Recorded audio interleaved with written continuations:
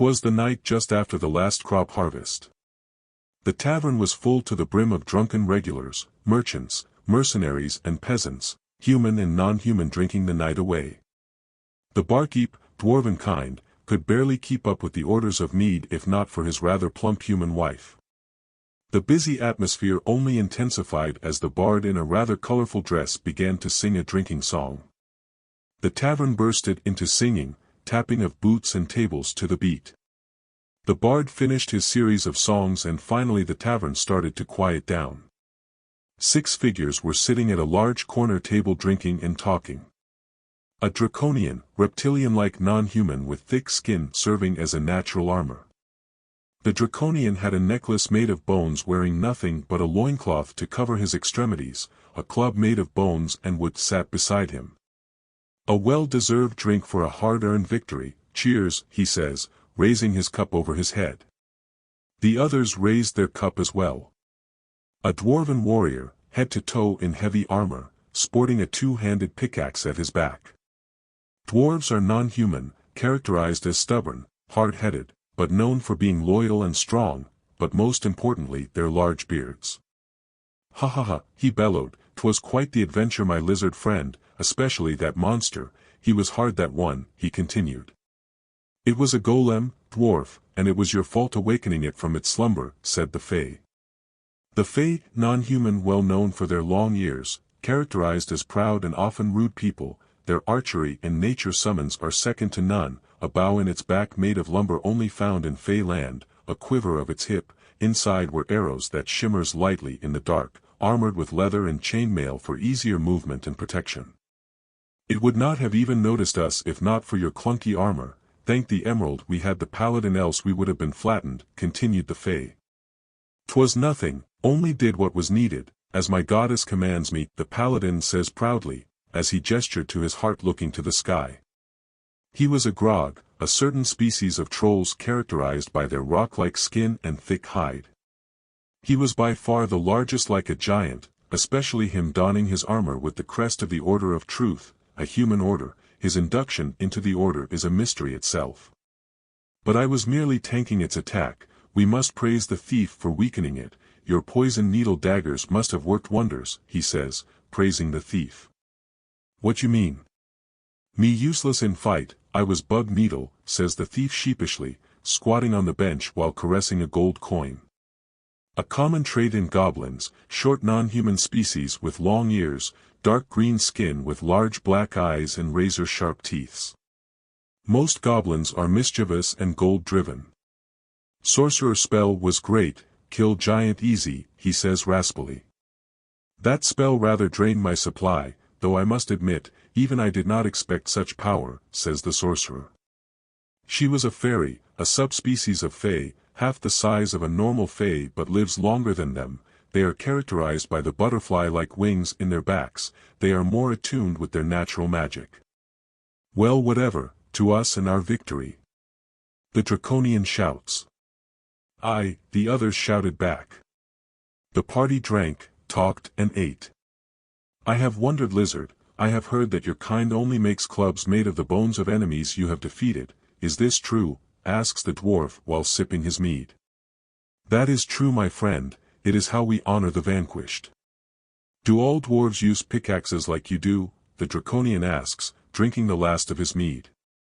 Not all dwarves, some are still too stubborn or rebellious.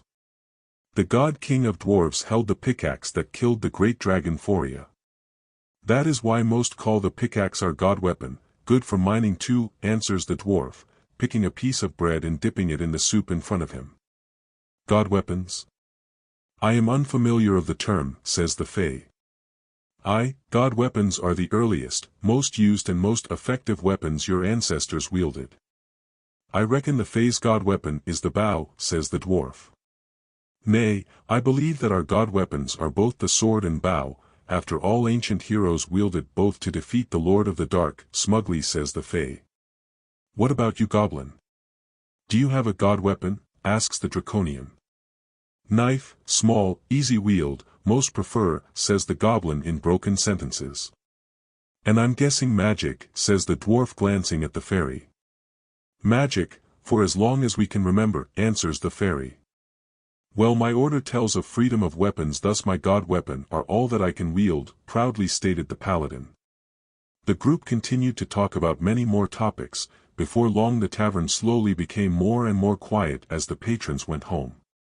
Once again god weapons became the new topic. I have to wonder, what do humans consider their god weapon, asks the dwarf, caressing his beard. All of them collectively think for a while. I got it, it must be the black, says the draconian.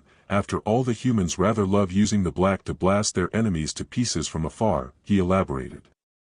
But the black is rather hard to come by. Most humans would have to be wealthy to use it, wealthier still if he would deploy quite a number of them, says the Fae.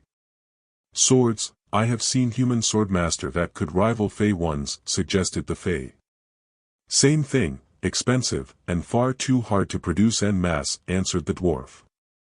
Knife, suggested the goblin, pulling out his knife and presenting it. Could be, but it's too small and impractical, especially since they are very easy to kill, answers the dwarf, sipping another mug of mead. Magic then, there are many human sorcerers, suggested the fairy, his wings fluttering. There are many sorcerers, yes, but the time it takes to become as strong as fairies, they would need to train for almost their entire lives, answered the Fae. Fist, shouted the paladin, surprising his companions, earliest and most used, he continued. Again, impractical, and I would never understand why humans would use their fist to fight, especially how prone to injury they are, answered the dwarf.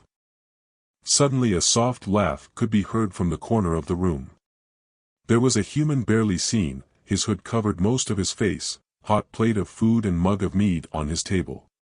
This man was wearing leather armor, his iron helmet sitting at the table, strapped behind him was a shield, leaning against the wall was a spear.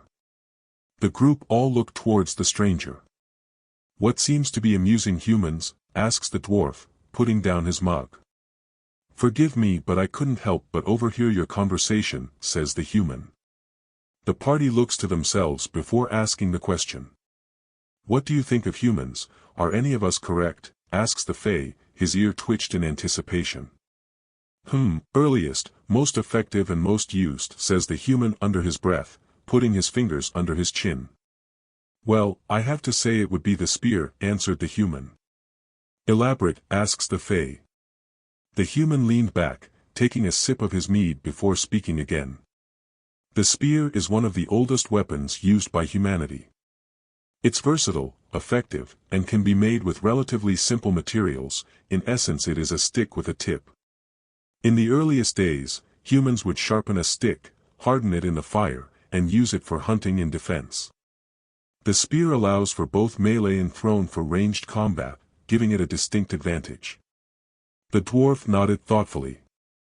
I can see the logic in that. A spear can be wielded by anyone, not just the wealthy or the trained.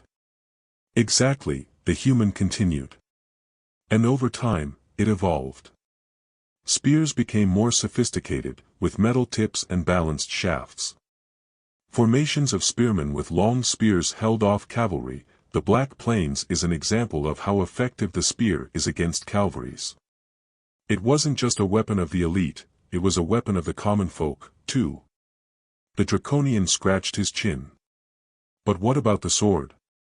Isn't it the weapon of knights and heroes? True, but swords require more skill, resources and training to make and maintain.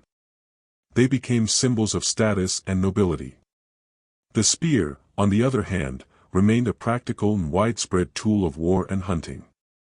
The fairy flitted her wings thoughtfully. And what about magic? Surely that has been a crucial part of human history.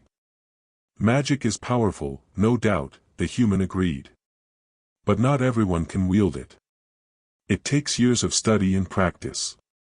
The spear, in contrast, is accessible to almost everyone. Again, it's a weapon of the people. The goblin, who had been listening intently, nodded vigorously. Spear good. Easy use. Kill many. The paladin smiled. I see the wisdom in your words, human. The spear does indeed seem to fit. The group fell silent for a moment, each reflecting on the human's explanation. The tavern, now nearly empty, had quieted down, with only a few patrons remaining. The fire crackled in the hearth, casting a warm glow over the room. "Well then," the dwarf said, raising his mug once more. "To the spear, mankind's god weapon." "To the spear," the group echoed, clinking their mugs together. The human smiled, lifting his own mug in a silent toast.